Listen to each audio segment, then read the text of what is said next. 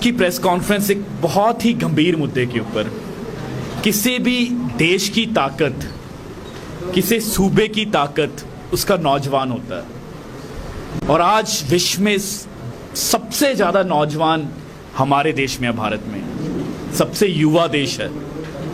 इन युवाओं ने बहुत उम्मीद लगाई थी केंद्र की सरकार से, इन युवाओं ने बहुत उम्मीद लगाई थी प्रधानमंत्री नरेंद्र मोदी से, पर पिछले 8 सालों में सिवाय फरेब और धोखे के कुछ भी नहीं मिला। और जब हम देश में बात करते हैं और जब आकर जम्मू कश्मीर की बात करते हैं, तो जम्मू कश्मीर के नौजवान का जो दर्द है वो बयान नहीं किया जा सकता। बेरोजगारी पूरे देश की समस्या है, पर यह समस्या जम्मू कश्मीर में सबसे ज्यादा बड़ी है। आप ये सोचिए, बतौर इलेक्शन इंचार्ज मैं जम्मू में घूमता हूं, तो कई माताएं, आप सोचिए क्या हालात होंगे। कई माताएं मुझसे आकर ये कहती हैं कि हमारे लड़के को तो कोई लड़की नहीं देगा क्योंकि उसके पास कोई नौकरी नहीं है।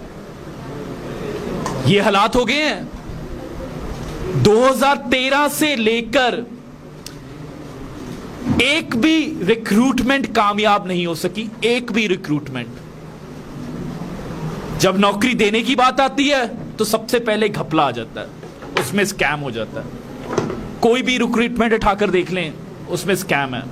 और हाल ही में हमारी पार्टी की तरफ से, हमारे कार्यकर्ताओं की तरफ से बार बार आवाज उठाने के बाद जो जम्मू कश्मीर पीएसआई स्कैम हुआ है, उसमें आज इन्होंने हलचल की है। पर अभी भी जो असली दोषी हैं, जो बड़े मगरमच्छ हैं, वो अभी भी कैद से बाहर है। जम्मू कश्मीर का नौजवान आज मायूस है, उसमें आज आक्रोश है।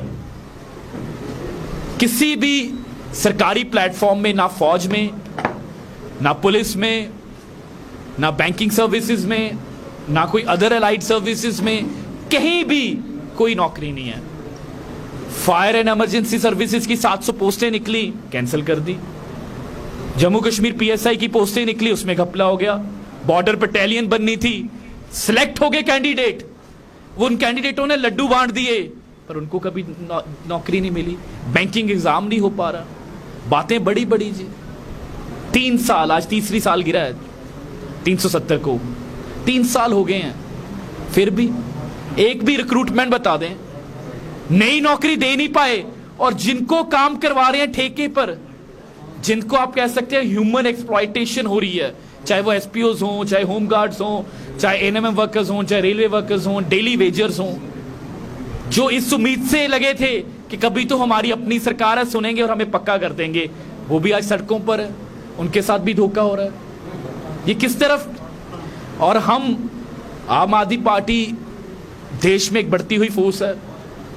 देश के 2 प्रदेशों में हमारी सरकार है, 3 प्रदेशों में हमारी रिप्रेजेंटेशन है। बहुत सारे प्रदेश ऐसे हैं जैसे जम्मू कश्मीर, हिमाचल, गुजरात, जो बदलाव के बिल्कुल तैयार खड़े हैं। तो आम आदमी पार्टी जम्मू कश्मीर के युवाओं की आवाज बनेगी। और इस संदर्भ में कल जम्मू की सारी विधानसभाओं में पद यात्राएं निकाली जाएंगी आक्रोश में।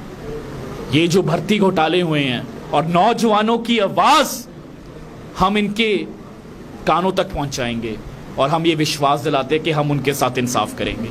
और जब मैं ये बात कर रहा हूं, सिर्फ जम्मू के इलेक्शन इंचार्ज के साथ साथ मैं पंजाब में मंत्री भी हूं। मैं आपको दावे के साथ कह सकता हूं, कोई ऐसी सरकार दिखा दी है जिसने पहले 4 माह में, सिर्फ 4 महीने हुए हैं, पहली कैबिनेट में, उस कैबिनेट का मैं हिस्सा था।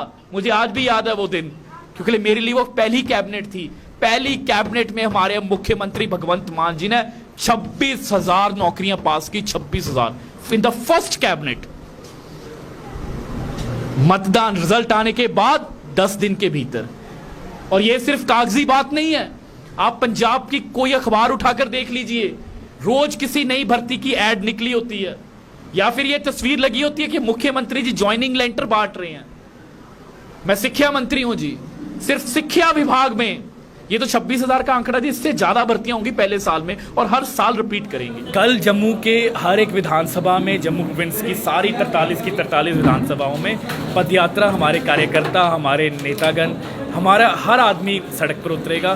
कारण वो आवाज़ बुलंद करेंगे जम्मू के नौजवानों के लिए, क्योंकि उन नौजवानों के साथ बहुत धोखा हुआ है। 2013 से लेकर एक भी रिक्रूटमेंट कामयाब नहीं हो सकी, और आज देश में महंगाई सारी सीमाएं पार है, और जब महंगाई पार है और आपके पास रोज़गार नहीं है तो वो जाएंगे क्या?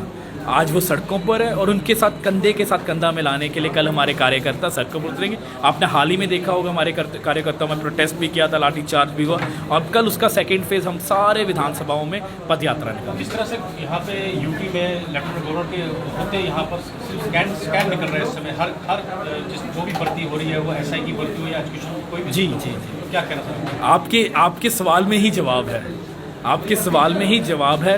वो कैसा प्रशासन है, वो कैसी एडमिनिस्ट्रेशन है जो एक पेपर नहीं सही तरह से करा, जो एक रिक्रूटमेंट नहीं करा सकता, मतलब कि रिक्रूटमेंट कराने वालों की नीयत में खोट है।